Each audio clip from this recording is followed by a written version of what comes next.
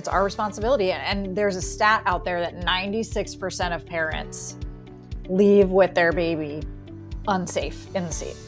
I mean, 100%. I'm not surprised by that number because I mean, I'm not involved in when the patient's getting discharged, but from our own personal experiences, I can tell you that number's pretty high and pretty accurate for sure.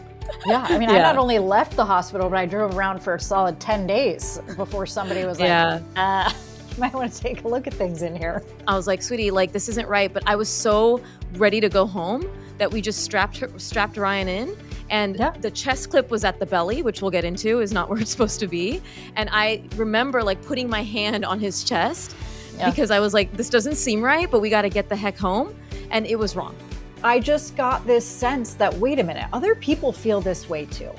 This is not something that I'm alone experiencing where it's like, I messed up. I didn't know how to put him in the seat. I had to have someone correct me. And then the shame and the judgment and that, oh my gosh, I'm failing as a mom already. Like, I just got goosebumps saying that because that's why we exist. That's what keeps me going.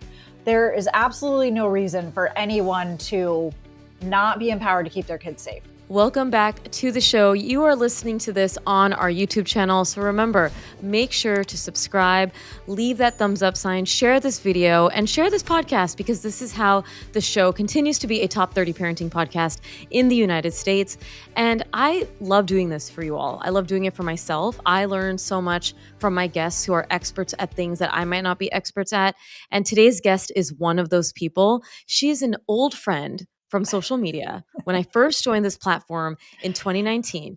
And somebody, I just can't believe it took 5 years to get on today's show.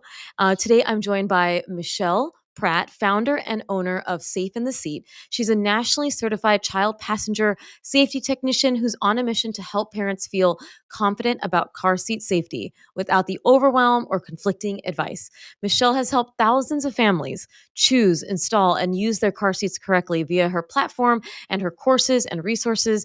And she's here to share her expertise so we can keep our kids as safe as possible on the road. We are talking about car seat mistakes most parents make, and we both have made them too, and how to fix them. Thank you for finally joining me, Michelle. I know. It has been a long time coming. Do you remember when you came to my house? I do remember. So like 2019, we both started our platforms at the same time, right? What month did you start? Oh, in 2019, I think it was like do you remember? September, maybe? August, September? Yes. So we actually connected through being online, right? So I live in Fort Lauderdale. She lives on the west side of Florida. And I was a new mom, meaning first time being pregnant. I was pregnant with Ryan in 2019. And full transparency, as we all know, pediatricians are not car seat experts. Should we know the basic rules? Yes, but in terms of installation, in terms of the nitty gritty, you need a child passenger safety technician, someone like Michelle. So we did a whole thing on our Instagram, like when Instagram long form video was like more of the thing and people didn't really have podcasts as much. And she helped me. We chatted about installation. We chatted about all these rules that we're kind of going to talk about today. I learned so much from you, and we just connected over social media and how to grow on this beast of a platform, Instagram. I know. It's been fun to like watch both of our journeys, and that from that very first original, I saw those pictures actually not long ago when I was scrolling through the 60,000 or whatever I have on my phone of when you were at the house. That was really fun though. It was a good bonding experience for both of us, and now we've just become friends and figuring it out together. Nice. And, like that time, I mean, I went back and I deleted a lot of old videos that weren't good quality, meaning, how obviously in the last 6 years, Instagram has changed. As my platform has grown, or I repurpose content, I deleted, but I kept those because I was like, you know what? This is with Michelle and it was so awesome. And people still go down in my, obviously scroll all the way down. And now obviously we have things like this. We have your resources that are even more elevated than when we just shot it on like a camera in your house. And really, I mean, this is a long time friendship, and this episode literally has been like rescheduled 8-9 times. And I'm just glad we can finally do it because for Child Passenger Safety Week, it was really important that I had you. Like it had to be you that comes on to talk about this. Thank you. I'm happy to be here. Well, it's back to school time that we're recording this. And my first question for you is tell me how you really feel about car lines. Oh, I'm just I so mean, I think about you every time. I think about you every time when I see a kid hanging out the back of yeah. like the window. I And I mean, know you even yeah. listen, I'm a mom, right? So, mama two, been through, my oldest is 12, my youngest is 9, which I can't even believe, like, saying that out loud is still hard I to know. fathom. But Coraline is like the bane of my existence, both from a child passenger safety perspective, but also from a mom perspective, which I know Mhm. many can relate because it's the hustle, right? You got to get Yeah. them moving. You don't want to be the one holding up the line. And so I get the urge to kind of unbuckle earlier to get them, ready and their backpacks on and they can just fly out the door.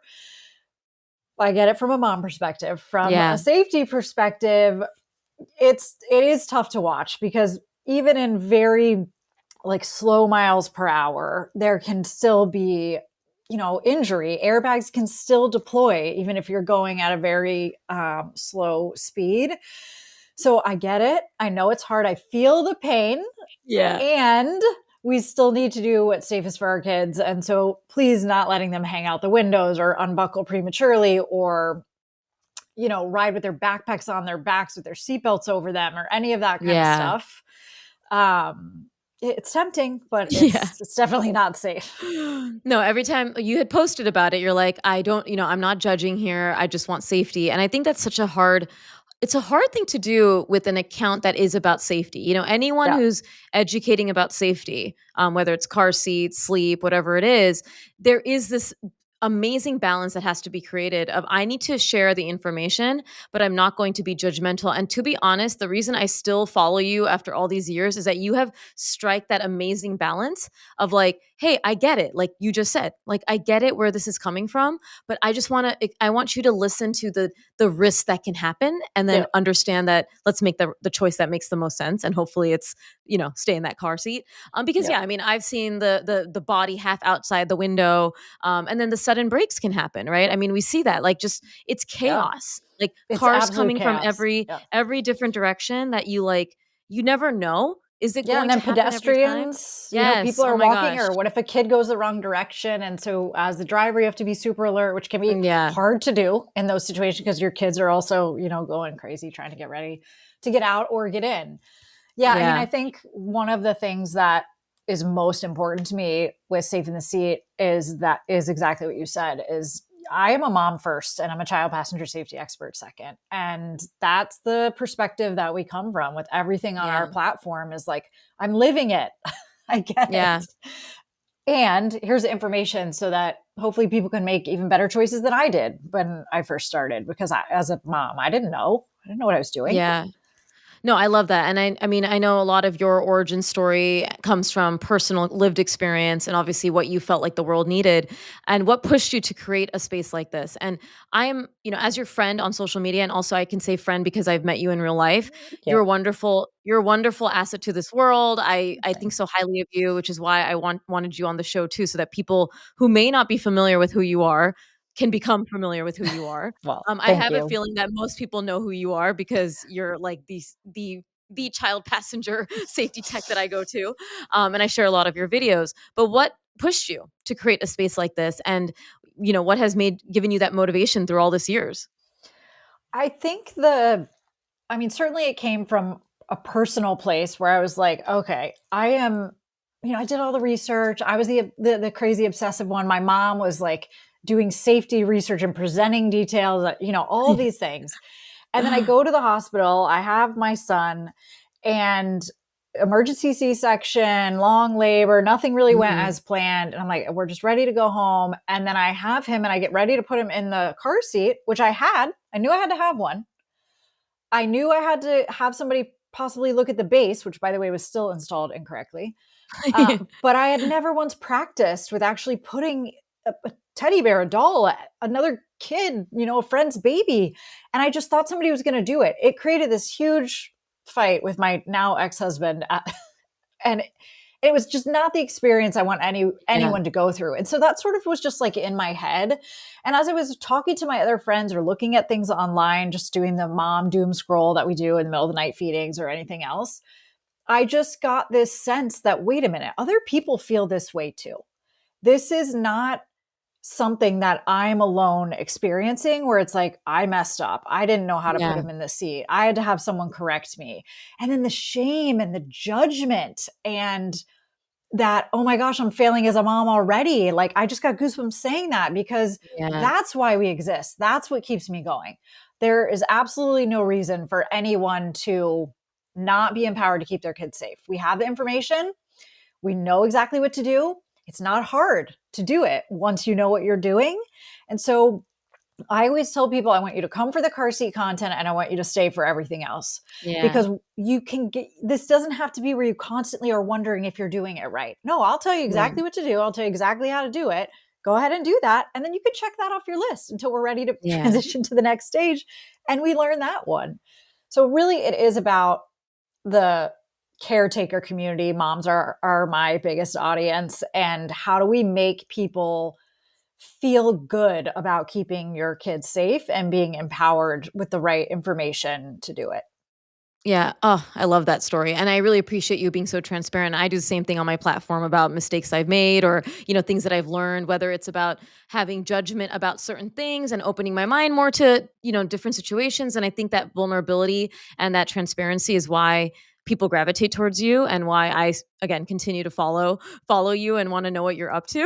Yeah. Because it radiates, it really is important for educators in all these different spaces to have that sort of vibe, in my opinion, because shame is not a great way to teach, and shame is not a great way to hold on to actual values that you want to create, right? I mean, if you're saying like you need to do this and you're a horrible mom, Yeah. that's not going to sit more as like, hey, I've been there, and can I tell you like this is what we can do to make you and everybody so much safer. It just comes off much more different just by how I said that, right? Oh, And yeah. you already alluded to one of the early mistakes I think a lot of parents make, and true story. So you and me went through like installation and how to put the doll in, and I was ready, but my lovely husband did not practice. And who was the one who had to do that when I was postpartum with a C-section with a surgery after, unable to walk up straight? It was my husband. And I'm going to be quite honest with you, it was not installed correctly. Like, I Right. know this because it was loose. I was like, sweetie, like this isn't right. But I was so ready to go home that we just strapped Ryan in, and Yeah. the chest clip was at the belly, which we'll get into is not where it's supposed to be. And I remember like putting my hand on his chest Yeah. because I was like, this doesn't seem right, but we got to get the heck home. And it was wrong. Like, I'm Yeah. telling you, it's wrong. And the key here is, if you have any partner or other person that's going to be there, both you and your partner should know it. And I think one of the biggest mistakes is thinking that we can wing the installation or assuming someone from the hospital will handle it, like the Yep. nurse or a staff member. Why is this such a risky assumption? And what would you want parents to know instead to do? I mean, I think your story and my story about that hospital experience, even if labor goes exactly as intended, it's a very stressful time when it's like, all Yeah. right, let's go. Get out of the Yes. hospital. They're ready to turn the room. It's on the next thing. You're ready to go. And so I give everyone the advice of practice. Both of you practice. Whoever is going to be in that room with you or helping to get you home that day, make sure you practice. And then I tend to pull aside the significant others that will be in the room and say, listen, your partner is going through a very big experience that could Yeah. be, and we don't know how it's all going to play out, other than of course you're going to have a beautiful healthy baby at the end of it. But it may take some laboring and other Yeah. things to get there. And you have one job, which is to keep your baby safe. And I need Yeah. you to do that. And so what I recommend every significant other does, and I've had so many parents tell me that they did this with their second, that they didn't find me for their first, and what a difference it made. Before it's time to leave, whatever your place of birth is, not at the 11th hour when they're like, let's go, get out of the room. When it's a little bit quiet, when you have a little bit of downtime, it's at least a day before you're going to be discharged, go get that car seat, bring it in. This is the partner's job. Bring it in. I want you to set it on the floor facing the mom, because she's going to watch you. She's going to want to make Yeah. sure it's right.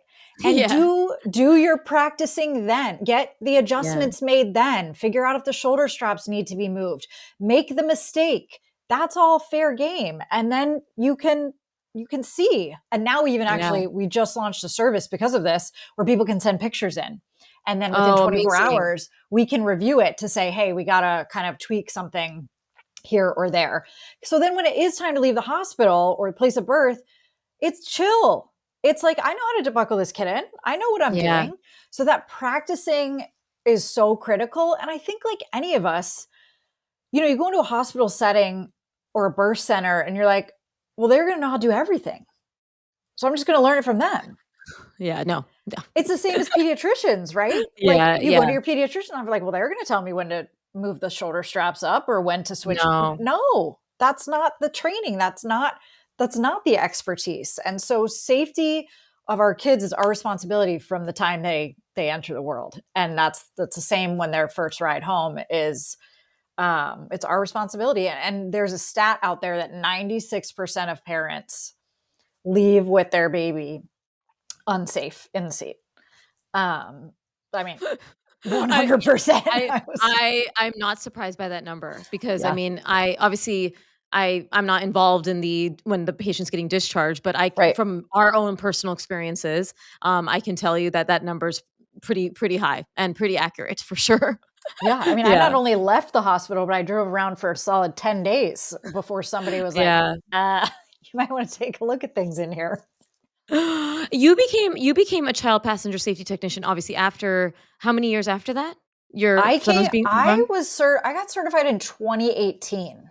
So Okay. I actually Oh, nice. Yeah. I became certified before I started really giving any public information because I just Yes. was like, I need to, I can be passionate about it, but I need to make sure I'm actually certified too. That's exactly why I did. I'm like, there's some, people do that right away, but I was practicing for 4 or 5 years before I was like, you know what? I think I want to do this now. And obviously, even now I still learn so much as a Same. pediatrician. So it's awesome. Yeah. And yeah, I think this is such an important thing. I love that tip, the practicing. And I think parents often forget how uncomfortable they may be with a newborn, meaning the actual body Yep. of a newborn. The amount of parents that like freak out when I like manhandle a newborn because I Yes. know how, and they're like Right. moving their little arms through the little hand, the little strap. Yes. And I'm like, get practicing with that. Know that you're not going to hurt them. Obviously, you're going to be gentle with them, but that is not a doll, right? So the doll Yep. practicing is phenomenal, but the human, I love that. I don't think I remember that from you told me, and I Yeah. love that. But that is such a great tip, and that's something we definitely did not do.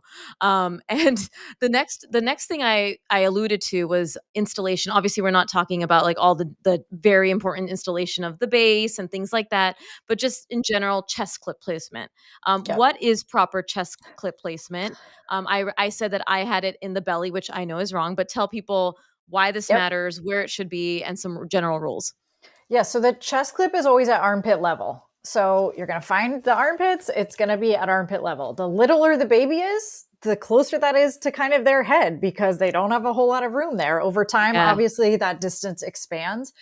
A chest clip is there as a pre-positioner. So its job is to help keep those shoulder harness straps on the shoulders. So if you just think about it logically, right? If I slide that chest clip down, those shoulder straps are more likely to be able to fall off to the sides. It's Yeah. just like bra straps, right? Like if our Mhm. boobs were, 2 feet lower than where they are, these straps would be falling down a lot more easily. So having it at armpit level so it can keep those straps in the right position in the event of a crash is why we do it. A lot of times the chest clip does slide down and pull apart in a car crash, Mhm. but it's a pre-positioner to make sure we keep those harness straps where they need to be. I love it. And also, it is also that the chest clip in an event of in an event of a car crash, if it's in the abdomen, can cause more problems in the abdomen or not so much. Like, No. I yeah, no, because it really is likely going to just break apart at that right, point if we're right, in that severe of a crash. So listen, if that helps people to not put it there, okay, but right. But it's it's not about yeah, factually accurate. It's really is about the placement of those harness straps on the shoulders. Because yeah, I mean, if we take it a step further, if the shoulder straps come off the shoulders, not that anyone wants this visual, but then the child can fly out of the car seat. So right. there's reasons for every step of the car seat safety process. It's all related to something else. And I think for both of us on our platforms, that's something really important is like, I want people to understand the why. because it Yeah. is tedious and it is every dang time you put them in the car. And it is that one ride where you're like, crap, I didn't move the chest clip. Do I need to go pull over and move it? And it's like, connect it to the why. And then it becomes less annoying and less frustrating because you know you're doing it for the right reasons. Yeah, like even now, our son is 5.5 at the time of this recording. And, he sometimes has other caregivers drive him. And I'm very adamant about the chest clip placement. Not every caregiver is going to be, right? And that's also getting people on board. That could be a whole other podcast episode we do. Yeah, Um, but like I'm like, sweetie, when you get strapped in, like if it's not me, where does your chest clip go? And that's he's right. like, mommy, right here by my underarms. And I was like, Yep. yes, sweetie, right here. And it's really good because even when he like, is getting in or and someone else, he's saying it. And whether they follow it or not is I have to just remember like, okay, but he is very adamant. And my son is very persistent that he won't stop talking about it until someone fixes it. So yes, mommy Yeah, is seeping into your brain. I like that's it. right. I mean, I think empowering our kids to Yeah. understand how to protect themselves and keep themselves safe is a Yeah. key line of defense here, especially when they are going with other caretakers. I mean, my daughter's in a booster, and a lot of times her friends are not at Yeah. 9 years old. And so when they go to hop into another car, my daughter will be like, I can't go unless I have Yeah. a booster. And so I do think getting them to be behind that, what it needs to look like, how I need to feel in it, it just makes our jobs a little easier.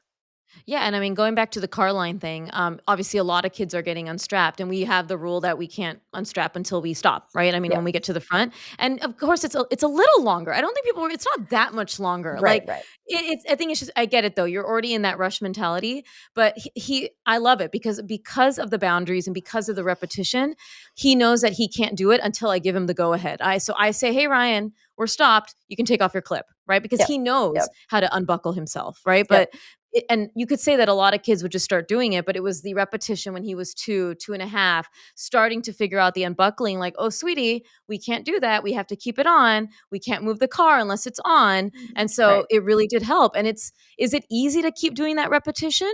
No, but it's parenting. Like, all we can Right. apply this to everything, right? Like washing his hands. Like he doesn't want to do it, but I think it's an important boundary. So I'm going to keep doing it. So it goes back to the parents having the buy-in. So the kids have the buy-in, which I love that, and empowering them to say, you know what, this is what I want to do. And listen, another true story. I sometimes back out the car without putting my seatbelt on. Like back out the car. And Mhm. Ryan will hear the dinging and he'll be like, Mommy, you don't have your seatbelt on. Look at Right. that kid. I'm like, Ryan, you are right. I should have put my Yeah. seatbelt on. That was a mistake. I should have put Right. that on before I started the car. And then, yeah. And like, I'm just giving examples of like, if you can do the right work here, your kid will call you out. They will call you out. And the And in a thing good is, way. like, I want, my son is 12. Like, he's going to be driving before I know it. And he Yeah. understands the importance of buckling in the car in all the different ways. And so I never want him to be in that driver's seat and thinking it's okay to ride without a seatbelt. So it's just, we start early with getting these messages and these boundaries in place with them. So for him, it's like, I would never even consider riding without a seatbelt or without it being proper on my body, because also as they get older, you can start to tell them what some of the risks look like in the Yeah. age appropriate way. But it's like, this is serious business. These are moving vehicles. Yeah.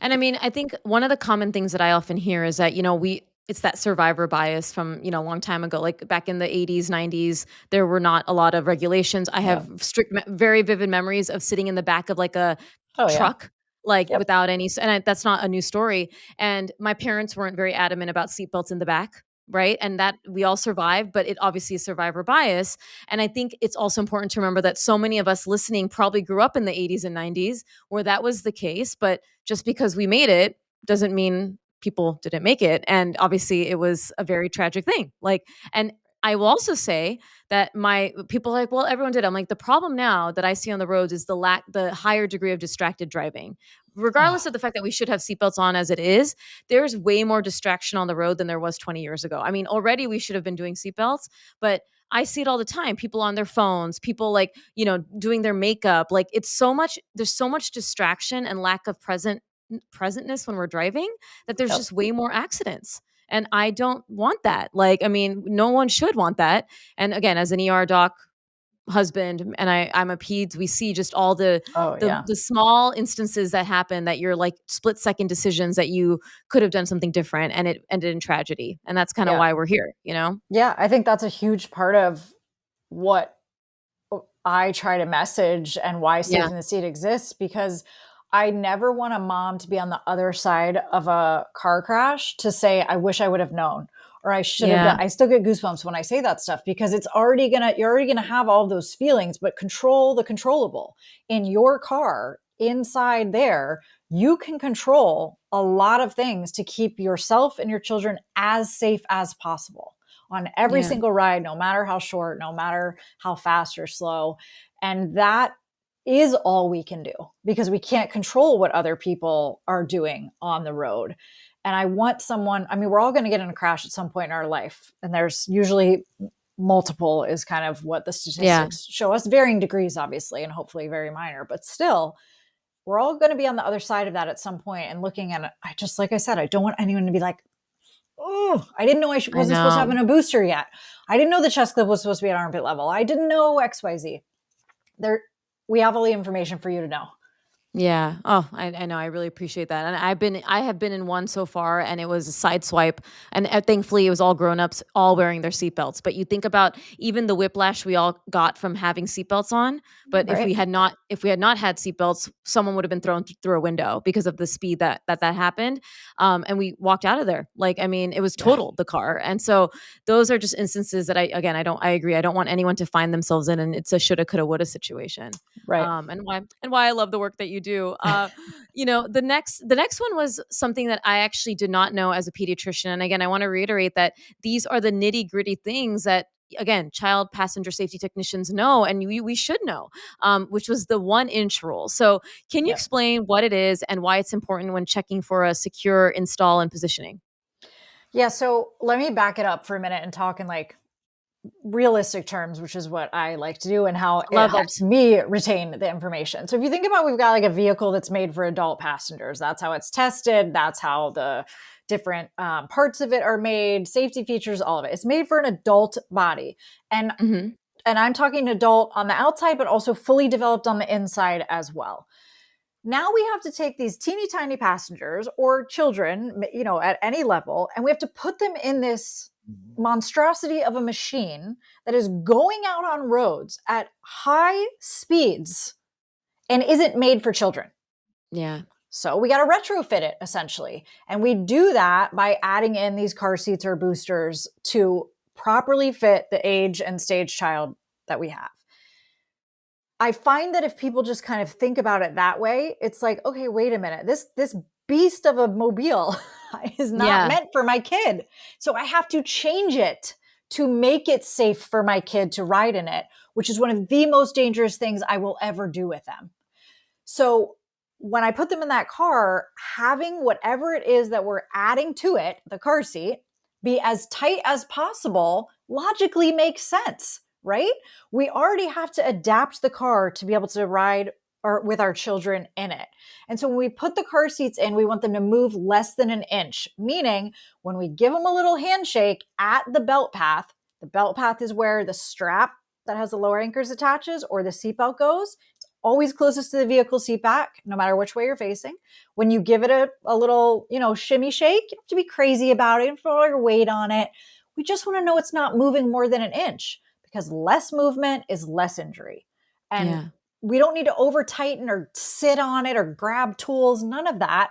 It's crash tested to have a bit of movement, but less than an inch is the goal. And it's very achievable. There's some very easy, quick installation tips that do not require a ton of sweating or swearing, and we can get that thing in there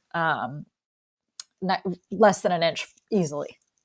And if you're listening to this on the podcast, meaning the audio version, I'm going to be clipping in some of her videos in my YouTube version. Obviously, check out her page and check out her resources, but this is all really important stuff. And then there's also another 1 inch rule with the height of the head from the Yeah. top of the car seat, right? That's another 1 inch rule. Like, Yeah. tell me And about that. Yeah. Yeah. I mean, another one that I am 100% guilty of, because I thought when you have a seat, you have a weight limit and you have a height limit. This is for rear facing, but you also Mhm. have a head height limit. No That's something idea. that I didn't know. Right. I knew nothing about. I'm like, well, so my son was well within the weight limit and well within the inches height limit, which is for a kid that's standing, and we sit in car seats, so it's kind of arbitrary. But his freaking head was popping out over the infant seat, and I had no Mm, idea. So the again here, if we kind of back things up, we just want the head of our children rear facing to for their head to be protected, so that if they bounce around in the event of a car crash, there's nothing that can hit their head. If their yeah. head is up above the shell of the seat, then we're risking their actual head hitting the door, hitting the person next to them, hitting the seat in front of them, or having a projectile be more likely to hit them, something that's flying around in the car. So the 1 inch rule, not every seat has it at exactly 1 inch. So as always, read your manual. Yes. But in Yeah. general, 1 inch from the top of the head to the top of the shell of the car seat, or like the adjuster handle if it has an adjuster handle. Just think, we want your child to be encased like a turtle. We want when their Yeah. head retreats back into that, we want it to be in that car seat shell and not ever popping out over it. So if that happens, they have for sure outgrown the seat, even if they're within the height and weight limit. So it's always a one and done with limits: height limit, weight limit, or head height limit for rear facing. You hit one of those and you're done with that stage.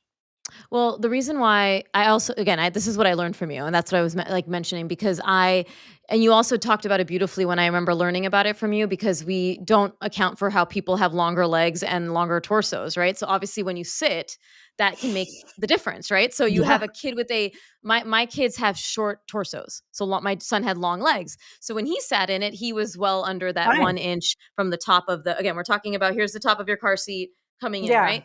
But if he was a Here's long a torso, little yeah, car seat. Like, yes, perfect. we want to Right, have yeah, like some space here. Yeah. right. And so but if you have a long torsoed kid and you don't realize and you're not looking at that, I think it's one of those small but important rules which you're focused so much on, okay, yeah, the height, weight, I'm doing rear facing, but is the head protected? Because that's the goal too. It's not just Right. about getting the car seat, putting it in. I know we could talk about this forever, but you also talk about how, you know, what's your car set up right? Like what seats are going to make the most sense for if you're needing to put someone in the middle or whatever. I mean, there's so much about it that's why I think having someone like a child passenger safety technician is so vital because they can walk you through all that. And I know Yeah. your resources do a lot of that, which I just love. But yeah, that's that 1 inch rule that I was like, oh my gosh. And I luckily it was fine for us because we have a short torsoed kid, but I didn't even realize that. And then Yeah. as he started to grow, I was like, oh yeah. And Vera has a longer torso, so she may outgrow that sooner. And so that Right. was really helpful. The Yeah. next one is something that also, again, this is like just such small nuance, but so important, is where the shoulder Yep. strap comes out, whether it's rear facing or forward facing. So if you can explain which should be which, and is there a reason for someone who may not understand why that's important? Because we love the why. Yeah. Yeah. So the overarching why, and then I'll go back to like what it needs to look Yeah. like, is that based on the direction that you're facing, the straps are in different locations because of the way crash force dynamics work. Now, I'm not an engineer or a physicist or a scientist or any of those things, but what I can tell you is there are different phases in a car crash that happen. And as a result, the body goes through those different phases as well. So the movement of the child in the direction they're facing the shoulder strap position matters to again have movement management, which means then we are going to limit injury. So shoulder strap placement in rear facing kids is it's going to be at or just wrapped around the shoulder. So you're looking for the slot that is as close to, even with, or just below the shoulder. When Hmm. in doubt, if it's a lot of times kids settle in their car seats, so just the one slot below is usually a pretty good indicator. If you're digging way down their back to try to get those shoulder straps up and over, you need to make an adjustment, because that's the other thing I don't know that people always understand is Yeah. you don't install it once and buckle your kid in it once and never adjust it. They grow, so your car seat has to grow. So rear facing at or below, think of it like a bra strap, right? It's just kind of wrapping around the shoulder a little bit. It's keeping that body position down so that in the event of a crash, it stays where it's supposed to. When we flip forward facing, the rules change and it becomes that the shoulder strap is to be even with or just above. So with rear facing, we're looking for the slot closest to right below. And for forward facing, we're looking for the slot closest to just above. And again, it's so that the body can move upward and back down based on rebound and all of these other things that are fancy. Physics. I love it. You know, stuff that doctors are way better at. Well, see, I love the physics of it all. I mean, there was one, we'll get to the rear facing stuff. There was a video that you had posted. I'm also going to be posting it again when we actually talk about this episode about rear facing dynamics and the physics of movement. And it makes sense. I mean, I love that you're explaining it because I, like you said earlier, if people can understand the why, they're more likely to check it out and actually do it. They're like, yeah, I don't want my kid to be bouncing up and down or be restricted, but it makes sense to be, again, to kind of clarify, rear facing straps below or as close to below, forward facing at level or the right above, like the slot. Yeah, love it. I'm going to put this again. I love this. You don't have to move them that often. You know what I mean? So I think one of my best tips is when you're in the pediatrician's parking lot. Yeah. That is when you do a car seat check, especially in the first year, you're there all the time. So, and that's the time when we're seeing a lot of growth happening and where adjustments need to be made at a more rapid speed. You have their stats. You can compare it right to the label on the seat. Like that's what it's just kind of a mental reminder of, okay, when I go to the pediatrician, I also do a car seat check when I'm back in the car. And then if you see that adjustments need to be made, you make them. They're not hard. Love that advice. I mean, I love it. It's again, you're out already. You're already in the car, unless it's like 100 degrees in Florida and you need to get inside, which I respect. But even then, you can do a quick once over. Yes, exactly. And you're gonna have to do it anyways, so you might as well just do it then. Like it's like not gonna, you're not gonna do it in the middle of the night when it's hot, when there's no light. I love that tip. I absolutely love that. And again, we provide all of that for you. So you match it up and you just do the check and you're good for the next few months, most likely, unless there's like a major growth spurt. See, I love all these again, small tips that make a huge difference and really don't add a lot of mind space, right? This is like part of routine. You just add this in and you do it so that you keep the kids safe. And that's why I love talking to you. The next one is, you alluded to this about the manual. Many people skip it because they just were like, any manual they get. What is something, do you think it's important to read the manual? And if a parent is reading the manual, is there certain parts of the manual that they should really be focusing on? And why do you think it matters? I am a person that gets a new blender and throws the manual away. So I get it. Yeah. I think, again, all manuals are not created equal. So when we talk about the safety of our kids in these huge vehicles that are being retrofitted to fit them, we got to take a minute and go through the manual. There's usually a warnings or an important section at the beginning, which it took me a long time to figure this out. It has a lot of the things that you'll hear us talk about as child passenger safety technicians. But like when I wasn't one, I didn't know because I never read that. It's like the initial section, you just kind of skip by it and you're like, how do I put this thing in the car? I would glance through that. It's going to give you a lot of just kind of overarching car seat safety information, but also some things very specific to your seat that may not be anywhere else in the manual. Can I use a car seat undermat? How do you know? You got to look in that section. It's not under installation. Would it make sense in our minds to be with the installation section? Sure would, but that's not how the manuals are written. So that part, and then obviously understanding this current stage that you're in, what are the proper ways to install, what is allowed, what is not allowed. Don't wing it. Don't guess. These car seats are very intentionally crash tested many times. And we have to follow the ways that they're supposed to actually be installed so they perform the way that they should in a crash. I also would suggest looking a little bit ahead. What's coming next. You don't have to get into the installation of it and the nitty gritty about harnessing, but just have it in your mind of okay, so once I get through the infant seat, for example, then there's going to be once I get through the infant stage, I'm going to go to the rear facing convertible stage. Oh, look, my manual doesn't have that because it's an infant only seat. Yeah. Or mine goes from rear facing to forward facing. Okay. I think the other key thing is again, guilty. I'm guilty of all these things, which is why I try to share them. I did not read the manual when I switched from rear to forward facing. Yeah. I was like, I know what I'm doing. What's the problem? I've been doing car seats for a couple of years now. What's the big deal? I never use the top tether, for example, which is a strap that you Mm. attach when your kid is forward facing, because I didn't have to do it rear facing. Ah, So yeah. don't be like me. Always, when you're transitioning stages, please read the manual and don't make assumptions about what happened in the previous stage, thinking it automatically applies to the next one. Love that. Oh, I think again, thank you for sharing the personal insight because Oh, again, people forget that the type of the car seat and then obviously we're going from, boost like different styles. And I mean, I think one of the best resources I ever got from you was one of the visuals about like when you're moving kids to different types of car yep. seats. And then at those moments you obviously have to get used to a new type of device that's protecting your kids. So I Yeah, really we appreciate that just one. that's like our number one question that gets asked, when to Yeah. move from one stage to the next. We actually just created a resource called Safe to Switch that has exactly what you need to know on it. And it's hard to know. How would you know? Right. How would you know what to do when? I mean, that's a huge reason we do what we do, because it's like there's not some magic fairy that comes in and is like, now's the time. No, you have to be on top of it. And we're already so overloaded with information that it is easy to miss. It is.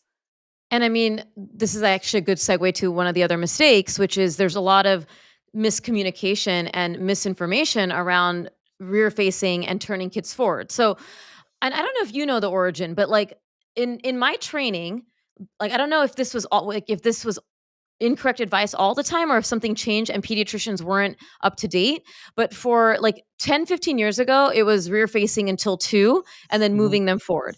Is Yeah. that always was that always what was happening in the car seat literature or was it that you guys learned it later and then pediatricians weren't catching on? Because some pediatricians are still saying turn your kid forward at 2 when we're Yep. now going to talk about why it's beneficial to keep them rear facing until they max out height, especially weight on the rear facing, correct? Yep. Yeah. Yep. I'm just Yeah. I curious mean, the I think origin of it. part of Yeah. so my understanding is that, based on the data, that there was kind of this catchy slogan to say, don't forward face until they're 2. And Mhm. it just kind of to say, please, at minimum, do Okay. not do it before 2, because it was happening and still happens where Oh people my are turning it's their kids, at when they outgrow the infant seat and they're now 9 months No, or 12 listen, months listen. or I'm seeing tons of infants in my parking lot forward facing and I'm like yeah. literally doing after visit when I'm about to Yeah. leave my office. I'm like, "Hey, we need to talk about this because there's so much that Yeah. we have to talk about in the visit to also go, hey, rear facing and Oh, then of I see it and course. it's like but it's so scary how people just don't know what they don't know. And so They many people don't. don't know. Yeah. Yeah, because I don't believe people are doing things to intentionally harm their kids. Right, I right, really don't. We've never come right. from that place in any of my messaging. I believe people want to do the very best and safest for their kids, and they're doing things like switching them forward facing before they should, just because that's what they thought they should do. And that before the age of 2, switch at 2. By the way, I switched my son on his second birthday. Mm, That's what I thought I was supposed to do, because I got, as a yeah, consumer, as a mom, I got the yeah, messaging as well. Second birthday, today's the day we're going to turn that car seat around. And then with my daughter, I knew better. I learned more, and she was in her rear facing seat till 4.5 when she outgrew yeah, it. same. And so tell people listening why that. I mean, I know we already kind of mentioned something about the crash testing, but Yep. why is it that we want to keep them rear facing as long as possible from a physics and development standpoint? So, you can talk to this way better than I can, but in general, a child's body is not fully formed. It's not fused together. The bones aren't fused together. The muscles aren't developed. So when we think about that tiny little infant that could not possibly even hold their body up without us doing it for them, we've got to now put them again in a car seat that's going to go in a moving vehicle. So rear facing is allowing the child's body to kind of be cradled by the car seat. So if you just think about Mhm. like you're sitting in a recliner, right? And your body is kind of encased in that recliner, your head, neck, and spine are fully supported. And that really is the number one reason, because our babies and toddlers don't have fully developed bodies yet and won't for many, many years. And their heads are disproportionately large. So Yes. that is a lot of pressure that could be put on the neck and spine. In the event of a car crash, when rear facing, our kids are going to kind of fall back into the shell of the car seat, having their head, neck, and spine fully supported. The harness is going to do that. The car seat shell is going to do that because of rebound. It's going to do that. When we flip them forward facing, the reason we want to wait until they outgrow that rear facing seat is because of their development. Now, when we're Yeah. forward facing, think about it the same way when you buckle yourself up in the car, right? Your head is going to fly forward. And now, if I have a really disproportionate size head to the rest of my body, I have an underdeveloped neck and spine, and I'm hitting significant crash forces. The body is just simply not built yet to be able to do that. So we say minimum age 2, minimum age 2.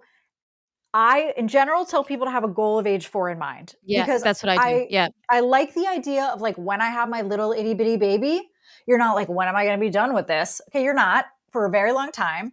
And let's just plan on having them, with facing that way, rear facing, until they're 4. Because Yeah. if you get it in your head and you don't have this 2 in mind, then there's nothing to talk about. Like, it's like your kid can't say anything. Other people, it's like, no, we're going at least till 4 or until they outgrow the seat. If you do switch them after 2, they are still safe. I don't want Right. people to Yeah. be panicked that like, I am endangering my child. They are safer the longer you rear face them. We should change your handle to safer in the seat. Just kidding. No, Right, I exactly. believe that. And like, I'm going to use the example of like, to speak about why I also say 4. Like I say, let's do max out, but please try to get to at Yep. least 4. And we maxed out. We didn't max out. We switched him at 4, a little over 4. Yep. And from a head growth standpoint, I want to talk about that thing that you mentioned. Yeah. Your child's head growth is growing exponentially in the first 4 years, and then it does significantly slow down. So a child's head size at the age of 4 to 5 is the head shape and size of their adults. So if you're thinking about that disproportion thing that you just mentioned, that is why I also think that let's get to 4, because at least by 4, the head shape is Yeah. proportional to the body. We have stronger neck or less neck laxity. All of that is better. So I agree that I also say let's get to 4. Now, the only time that I even say, hey, let's do forward facing at 2. Like I've had situations where a family's really struggling with motion sickness, and like rear facing is a disaster. And we've, sometimes being able to forward face and focus on something in the distance has really helped. And then it's a real conversation of, hey, like you just said, you're not endangering your child. Is it safest to be rear facing? Yes. But are you cleaning up vomit every time and we've tried everything else? Then what is the choice that we're going to make? But that That's is right. a conscious choice. We do that as a team. They understand the benefit and risk, and they're good. Like Yeah. they're still my patients. But I love you, Michelle, because that same thing, right? You're not saying you're horrible. And I hear that messaging. Like I hear Yeah. that Oh, messaging from I do anyone too. who's forward facing it too. And I'm not saying that either. I've never said that. My husband wanted to forward face my son before 4. So he did it in his car. And in my car, I kept it until 4. And I wasn't, I was like, listen, it's not what I want, but when I'm driving him, I want him to be rear facing. And he's like, all the other kids are forward facing. Like, why are you so scared? I'm like, I just think I want it to be the most optimal. And that's what I want to do. And I love that. It wasn't judgment towards him. It wasn't like you're a horrible father. It was like, hey, we have different opinions on this, but I'm choosing in my car when I transport him, I want to do the most optimal thing I can do, but you're doing, just keep it until 2 for sure. I love that Yeah. messaging. And you Yeah, have to look at, I mean, we're managing a lot of things in the car, right? I know. So motion sickness, is a consideration if we've tried everything else, though it works for some and doesn't work for others. Yes, But yes, there's correct. also, if your kid is sitting next to another child and it won't fit. And we have to Yeah, figure that out, or you have a handicapped caretaker. And so we need to look at it this way, it is a holistic view. I always tell people, I'm going to give you the baseline. I'm going to give you the bare minimum that I am not going to let you go. I would never turn a kid before age 2. There is a yeah, solution for nearly yes, every situation. correct. Age 2, I'm going to give you a hard line. After that, if you've got to make decisions based on, let's have the goal of age 4 in mind, but other factors might come into play. And Yeah, that is where I think at Saving the Seat, we're different than some others, because I get it. I am a mom. mhm, I know what it's like if you are, same with mirrors, right? And I think that's one of the things, like mhm, these aftermarket products. yeah, If you are constantly going to be turning around to look and make sure your baby's breathing or stick your hand in front of their face, get a mirror. It's safer. yeah, Like, yeah, there is some gray and judgment area in child passenger safety when it comes to those kind of things. When it's best case, safest crash related, those are hard lines for me. Placement of the chest clip, shoulder straps, because it doesn't matter. It's not contingent on anything Yeah. else. Those we can do, and we can do them well and easily, and they don't take a lot of, you just got to know it and then you do it. There's other things that are a little bit more in the parent judgment arena. And I mean, there are some, let's be honest. I mean, I think it's fair to add, we're not, again, this is not judgment. This is that, let's talk about the aftermarket product of Yep.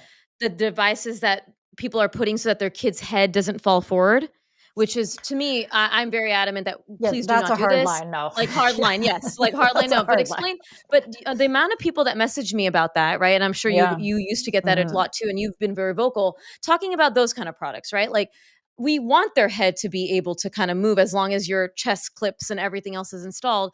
Yeah. Why are things like that? And if people are not understanding, this is a device that, like, it attaches to the side of the car seat and almost looks like a headband that goes over like the forehead of the child, and so it doesn't allow their head to fall forward. But we both don't like it. But if you want to explain like why that's not an ideal situation, and it is a hard line for me too. Yeah, it's an absolute hard line. And I think if I say these next two words, everyone's going to be like, it's a hard line for them too. And the reason is internal decapitation. That's why it's a hard line. If crash forces are significant enough and that child is not able to let their neck flex and move with the speeds, and there's 3 stages of a car crash. If it's not able to go through all of that within their body, then we're risking death. I mean, that is that serious. I try very hard not to scare people, but that is something that it's like, just don't do it. I think we tend to look at car seats a lot, just like with, oh, my kid's legs are so long, why are they rear facing? You're looking at it as if you were sitting in that seat, an adult body, fully grown. No, you see how our kids sit. You see what their crazy positions they're getting in for hours at a time. Me getting on and off the floor in a crisscross position is hard now. Yeah. For them, they're popping all around. So adding products that alter the positioning in the seat or the routing of things through the seat or how the seat was designed and how your child's body is expected to move in it based on a crap ton of testing and data, those are always a hard line. No, don't do it. You don't need to do it. By the way, a kid's head falling forward, you might not like it. You may not like to look at it, but a child with a fully formed ability to hold their head up will move if they're uncomfortable. So let them flop. You see the people on the airplanes, right? Where their heads are like constantly exactly. going down. The bobblehead situation. And then they're moving it because it's uncomfortable. I mean, thank you. I want to reiterate the physics of this, right? We talked about how you probably know better the physics, but so my husband's an ER doc, right? And he sees a lot of, and I'm using this as an example. Please don't drink and drive, but this example makes sense. So in car crashes, the reality, and you probably have heard this, is that the drunk driver rarely gets any injury. He or she walks out of the car crash. The other people have more injury. Why? Usually it's because that drunk driver wasn't coherent enough and their body is very lax. So they're taking the motion of the car crash and not absorbing it. Similar concept here. Kids, if they're strapped back in, if their head is strapped back in, the physical force and the energy has to go somewhere. It's going to hurt their body. You need a little bit of laxity in the neck. Now, obviously, you're not wanting them to fall forward like in a forward-facing car seat, but there needs to be a little give in their body so that they're not absorbing that shock of an accident. Right. It's kind of like if you're in a car crash and you see a car coming to you and you brace yourself and your body gets very tense, you're more likely to have injury than wear the seatbelt, letting that happen. And I know that sounds scary, but it's an important understanding of just how physics works. Like our body, the energy has to go somewhere. And if we're strapped in with these aftermarket products that hold their head back, it's going to absorb in their neck and their head. And like we use that term internal decapitation because it's real. Like we don't want that. We want their head to move where it's going to move in the car crash. But going back to what Michelle just said, making sure that everything's strapped accordingly so that they're not moving out of the car seat or, falling out of it and stuff like that. So it matters. Like it really has to do a lot with the forces of a car crash not having an impact on the body. And I think this is my husband tells me this all the time. And I'm like, yeah, it makes sense because they're completely lax. They're like drunk. So they don't like their body's like, well, let me take this. Yeah. Sure. And it's sad. I mean, it's such a sad reality, but how we can do that in a safe way is like, being installed correctly and not adding anything else on, and just understanding that doing this is going to be the best thing so we don't have major injury. Yeah, I mean, I think that whole distribution of crash forces, which I didn't really mention, we were talking about rear facing, Yeah. but even if you think about that 5-point harness, it's literally being strapped around the 5 strongest points of the body. And that is so exactly that. So the crash forces can distribute evenly. And if we do anything to alter that position, then we're becoming the crash testers. Do you want to Yes. Yeah. I don't want to do Yeah. a The crash dummy. test as a Yeah. yeah, I mean it's like no Yeah. thank you. Yeah. So yeah, if it goes inside the car seat or directly on the car seat, it alters the child's body or the direct installation in any way, then it's a no. And as always, this goes back to like read your manual. Yeah. Your Yeah. manual is going to tell you what you can and cannot use, and the manuals are never going to say don't use a head thing because they don't. What? Why would you ever use a head thing? Right, like, Like, that's not something that's part of the like, it's an aftermarket yeah, product that's not meant for that car seat.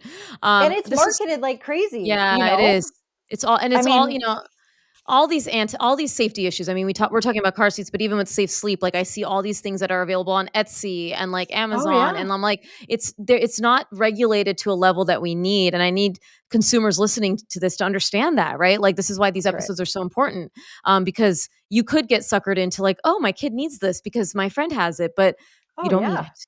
You don't need Yeah, or it's it. like on the end cap right next to all the car seats, and you're like, Yeah. "Of course I need those shoulder strap pads. They have a cute little bear on them. Why wouldn't I use those?" No, Like, no. no, hard Oh, no. Michelle, this was so awesome. Like, we can do like part 2 through 8 about all this stuff, and also just chat about being social media creators.